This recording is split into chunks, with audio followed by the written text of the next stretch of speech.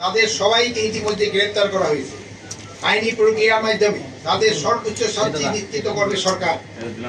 একইভাবে যদি দেশে কোথাও নারীর কোনো সহিংসতা বা ধর্ষণের মতো ঘটনা ঘটে, তাদের সম্পূর্ণভাবে আইনের আওতায় নিয়ে আসা হবে, তাদের সর্বোচ্চ শাস্তি নিশ্চিত করা হবে। বাংলাদেশের ধর্ষণের বিরুদ্ধে সরকারের অবস্থান জিরো টলারেন্স।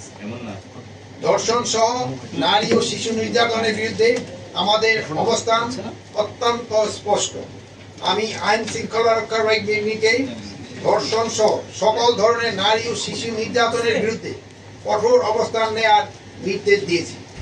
এ যাবৎ নারীদের প্রতি যত সহিংসতা হয়েছে সেগুলির তালিকা করে দ্রুত তদন্ত সম্পূর্ণপূর্বক আদালতে প্রতিবেদন দাখিলের নির্দেশ দিয়েছি।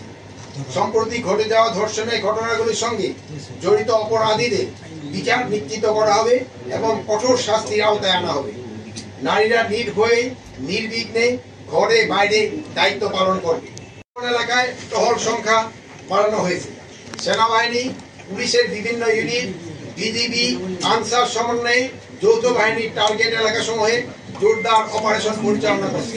এসব চেকপোস্ট টহল দলের রাত্রিকালীন কার্যক্রম মনিটরিং করার জন্য স্বরাষ্ট্র মন্ত্রণালয়ের বিভিন্ন পর্যায়ে কর্মকর্তাদের নিয়মিত দায়িত্ব প্রদান করা হয়েছে। রমজানে চাঁদাবাজি, ছিনতাই প্রতিরোধে এবং বিভিন্ন বিপণী বিতানে যাতায়াতকারী ক্রেতা বিক্রেতাদের সার্বিক নিরাপত্তা নিশ্চিতকরণে আইন শৃঙ্খলা বাহিনী কাজ করে যাচ্ছে। এ ব্যাপারে তারা সর্বোচ্চ সতর্ক অবস্থায় রয়েছে। রমজান ও আসন্ন ঈদে সাধারণ জনগণের বাড়ি যাত্রা নিরাপদ ও নির্বিঘ্ন করার লক্ষ্যে মহাসড়ক সমূহে চাঁদাবাজি ও ছিনতাই রোধে প্রয়োজনীয় ব্যবস্থা গ্রহণ করে আইন শৃঙ্খলা বাহিনীকে প্রয়োজনীয় নির্দেশ দেওয়া হয়েছে।